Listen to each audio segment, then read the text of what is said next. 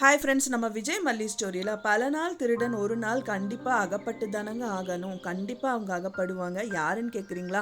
இந்த ரேணுகாவா நடிக்கிற இந்த சுடர் தான். ஆனால் அதுக்கு முன்னாடி இந்த ஒரு விஷயம் மட்டும் கண்டிப்பாக நடந்துடவே கூடாது அப்படின்னு தான் நானும் இல்லை எல்லா வியூவர்ஸுமே எதிர்பார்க்குறாங்க அப்படின்னே சொல்லலாம். மெயினாக இப்போ எபிசோட்ஸ் பார்த்துலாம். இப்போ எபிசோடில் வந்து பார்த்திங்க அப்படின்னா வந்துட்டு ரொம்பவே வந்து சேடான விஷயங்கள் நிறைய நடந்தாலும் ஆறுதலான விஷயம் ஒன்று ரெண்டு நடந்துட்டு தாங்க இருக்குது. ஸோ அது வந்து நம்ம விஜய் தான் மல்லிக்கு ஆறுதலாக இருக்கார். அது மட்டும் இல்லாமல் சுச்சுவேஷனை புரிஞ்சுட்டு மல்லி அங்கேருந்து டாட்டா பாய் பாய்ன்னு சொல்லிட்டு ஓடியே வந்துட்டாங்க அப்படின்னே சொல்லலாம். ஸோ ஓடியே வந்தாலும் அவங்க நிம்மதியாக இருப்பாங்களா? கண்டிப்பாக நிம்மதியாக இருக்க மாட்டாங்க.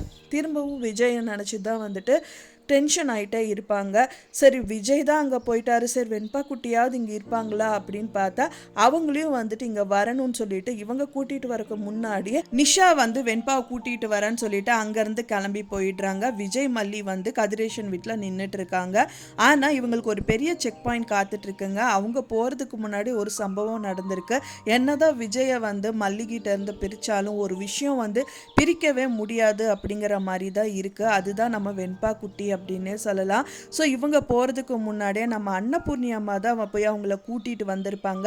ஏன்னா விஜய் வந்து பார்த்திங்கன்னா வந்த ப்ரோமோவில் வந்து இந்த நிஷா கிட்ட கேட்குறாங்க, வெண்பா குட்டி எங்கே அப்படிங்கும்போது என்ன கேட்குறீங்க, அவங்க ரெண்டாவது கல்யாணம் பண்ணிங்கல்ல உங்கள் மல்லிகிட்ட கேளுங்க, அவள் தான் எல்லாமே பண்ணியிருக்கா அப்படின்னு தெரிஞ்சு. ஸோ அவங்க வந்து கடுப்பாகும் போதே தெரியுது வெண்பாவை வந்துட்டு அவங்க வீட்டுக்கு தான் கூட்டிகிட்டு போயிருக்காங்க அப்படின்னு சொல்லிட்டு.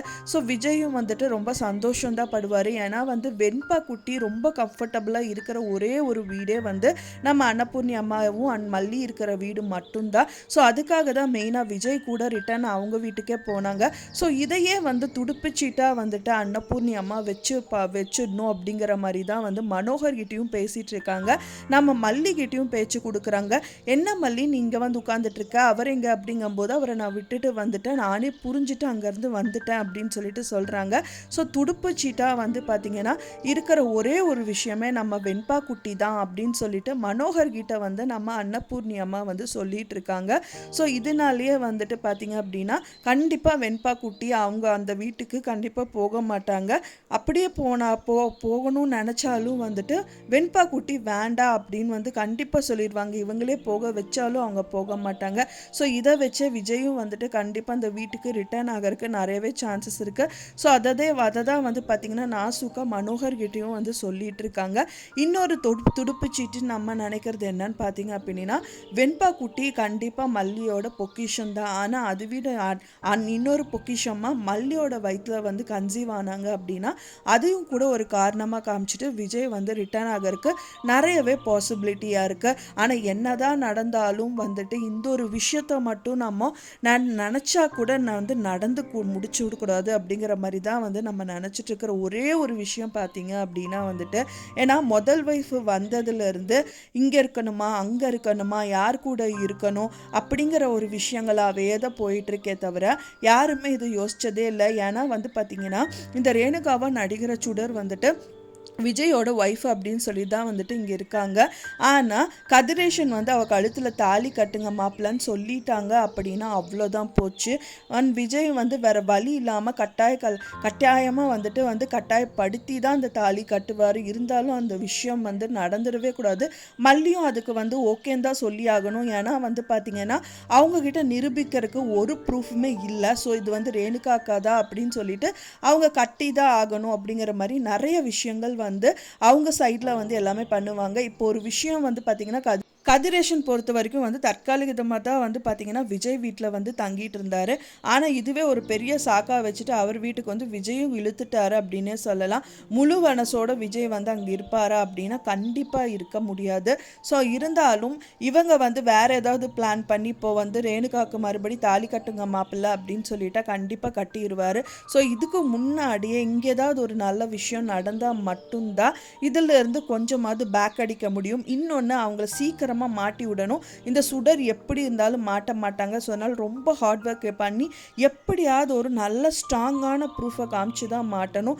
எல்லாமே தெரியுது மல்லிக்கு, ஆனாலும் வந்துட்டு ப்ரூஃப் இல்லையேந்து அவங்கள மண்டையை போட்டு பிச்சுட்டு இருக்காங்க. ஸோ அதுக்கு வந்து தீர்வு கொடுக்குற மாதிரி தான் வந்து ப்ரோமோஸும் வந்து கொண்டு வந்துட்டு இருக்காங்க.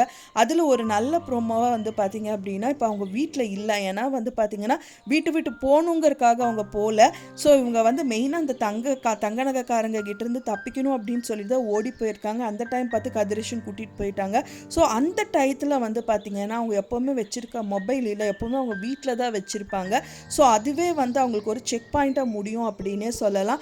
ஸோ அதனால் வந்து மல்லியும் வந்து பார்த்திங்கன்னா அவங்க ரேணுகா அவங்க ரூம்குள்ளே போயிட்டு எல்லாத்தையுமே செக் பண்ணுறாங்க.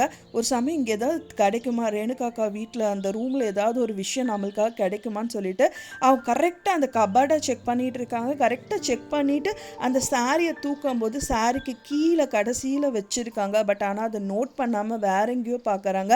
கண்டிப்பாக அந்த ஃபோன் மட்டும் மல்லி கையில் கிடச்சிடணும். இந்த வாட்டியும் மிஸ் பண்ணாமல் கிடச்சிருச்சு அப்படின்னா கண்டிப்பாக அதுவே வந்து பார்த்திங்கன்னா எல்லாமே நோண்டி பார்க்கலாம். அதுக்கு முன்னாடி இந்த ரேணுகா என்ன நினைப்பாங்க அப்படின்னா, கண்டிப்பாக ஐயோ நம்ம ஃபோனை வேறு அங்கே வச்சுட்டு வந்துட்டோமே, கண்டிப்பாக அது மெயினாக போய் எடுக்கணும், இல்லாட்டி இது வந்து மல்லி கையில் கிடச்சிருச்சு அப்படின்னா மல்லி இதை வச்சு கண்டுபிடிச்சிருவாளே, என்ன பண்ணுறது அப்படின்னு சொல்லிட்டு இவங்க பிளான் பண்ணுறதுக்கு முன்னாடியே அவங்க பிளான் பண்ணிடுவாங்க. அதுக்கு முன்னாடி மல்லி கையில் கிடைக்கணும். அந்த மல்லி கிடைக்கிறது மட்டும் இல்லாமல் எல்லாமே பார்க்கணும். பார்த்துட்டு அவங்க ஒரு காப்பி வந்து அவங்க ஃபோனில் சென்ட் பண்ணியும் வச்சுக்கணும் அப்படின்னே சொல்லலாம். ஏன்னா வந்து இந்த ஃபோன் அவங்களதுங்கிறதுனால என்ன வேணால் பண்ணுறதுக்கு சான்சஸ் இருக்குது. இதில் இருக்கிற கான்டாக்ட்ஸ் டெலீட் பண்ணுற சான்சஸ் இருக்குது. எல்லாமே பண்ணுறதுக்கு நிறைய பாசிபிலிட்டிஸ் இருக்குது. ஸோ அதனால் வந்து இவங்களுக்கு ஒரு காப்பியாக வந்து ஸ்ட்ராங் எவிடெண்ட்டாக வச்சுக்கணும் அப்படின்னு தான் எதிர்பார்க்கப்படுது. ஸோ அப்படி மட்டும் நடந்துருச்சு அப்படின்னா சூப்பராக இருக்கும் ஃப்ரெண்ட்ஸ். நான் சொன்ன இந்த தகவல் உங்களுக்கு பிடிச்சிருந்தா மறக்காமல் லைக் பண்ணுங்கள், ஷேர் பண்ணுங்கள், கமெண்ட் பண்ணுங்கள், சப்ஸ்கிரைப் பண்ணுங்கள். மேலும் இன்னொரு மல்லி சீரியல் அப்டேட்டோட நெக்ஸ்ட் மீட் பண்ணுறேன். தேங்க்ஸ் ஃபார் வாட்சிங் மை வீடியோ ஃப்ரெண்ட்ஸ். நெக்ஸ்ட் வீடியோவில் பார்க்கலாம்.